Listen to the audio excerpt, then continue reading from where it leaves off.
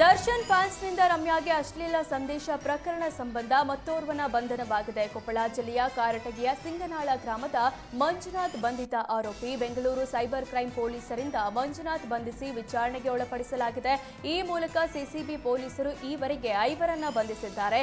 ಇನ್ನು ಹಲವರಿಗಾಗಿ ಹುಡುಕಾಟ ನಡೆಸಲಾಗುತ್ತಿದ್ದು, ಬೇಕಾಬಿಟ್ಟಿ ಕಾಮೆಂಟ್ ಮಾಡಿದವರಿಗೆ ನಡುಕ ಶುರುವಾಗಿದೆ.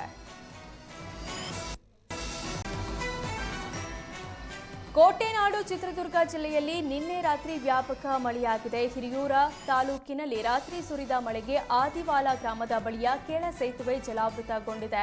ಮಳೆಯಿಂದ ನೀರು ತುಂಬಿದ್ದ ಅಂಡರ್ ಪಾಸ್ನಲ್ಲಿ ರಾತ್ರಿ ಕಾರು ಸಿಲುಕಿ ಪ್ರಯಾಣಿಕರು ಪರದಾಡುವಂತಾಗಿದೆ.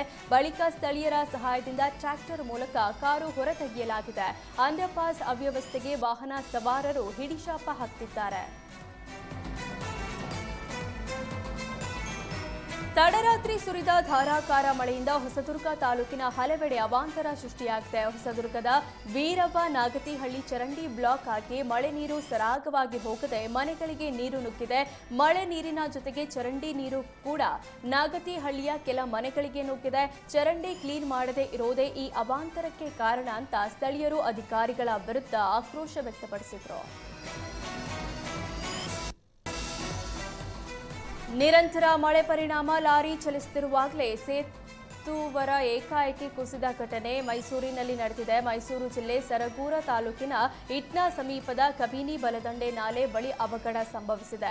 ಪುರದ ಕಟ್ಟೆ ಮಾರ್ಗವಾಗಿ ನಂಜನಗೂಡಿಗೆ ಭತ್ತ ಹೊತ್ತೊಯ್ಯುತ್ತಿದ್ದ ಲಾರಿ ಸೇತುವೆ ಮೇಲೆ ಸಾಗ್ತಿದ್ದಂತೆ ಹಠಾತ್ತನೆ ಕುಸಿದು ಬಿದ್ದಿದೆ.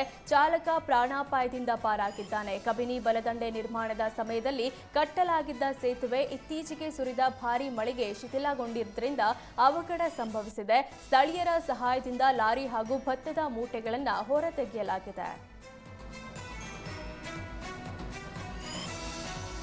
ವಿಜಯಪುರ ಜಿಲ್ಲೆಯಾದ್ಯಂತ ಸುರಿದ ಮಳೆಯಿಂದ ಭಾರೀ ಅವಾಂತರ ಸೃಷ್ಟಿಯಾಗಿದೆ. ಭಾರೀ ಮಳೆಗೆ ಡೋಣಿ ನದಿ ಅಪಾಯಮಟ್ಟ ಮೀರಿ ಹರಿತಿದ್ದು, ಬಬಲೇಶ್ವರದಲ್ಲಿ ರಸ್ತೆ ಅಂಚಿಗೆ ಬಂದಿದೆ.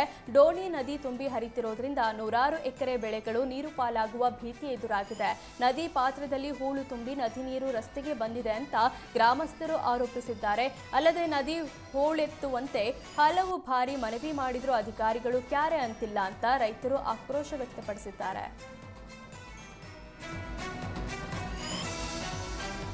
ವಿಜಯಪುರ ಜಿಲ್ಲೆಯಲ್ಲಿ ಸುರಿದ ಭಾರೀ ಮಳೆಗೆ ಹಲವು ಅವಾಂತರಗಳು ಸಂಭವಿಸಿದೆ. ವಿಜಯಪುರದ ತಾಜಾಪುರ ಗ್ರಾಮದಲ್ಲಿ ಭಾರೀ ಮಳೆಗೆ 50ಕ್ಕೂ ಅಧಿಕ ಎಕರೆ ಜಮೀನು ಜಲಾವೃತವಾಗಿದೆ.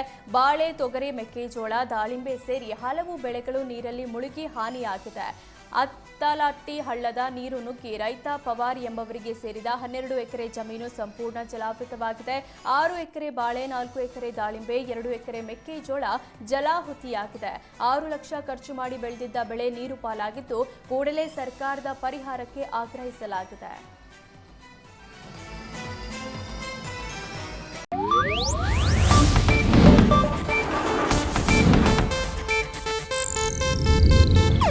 ಇದು ಏಷ್ಯಾನೆಟ್ ನ್ಯೂಸ್ ನೆಟ್ವರ್ಕ್ ಪ್ರಸ್ತುತಿ.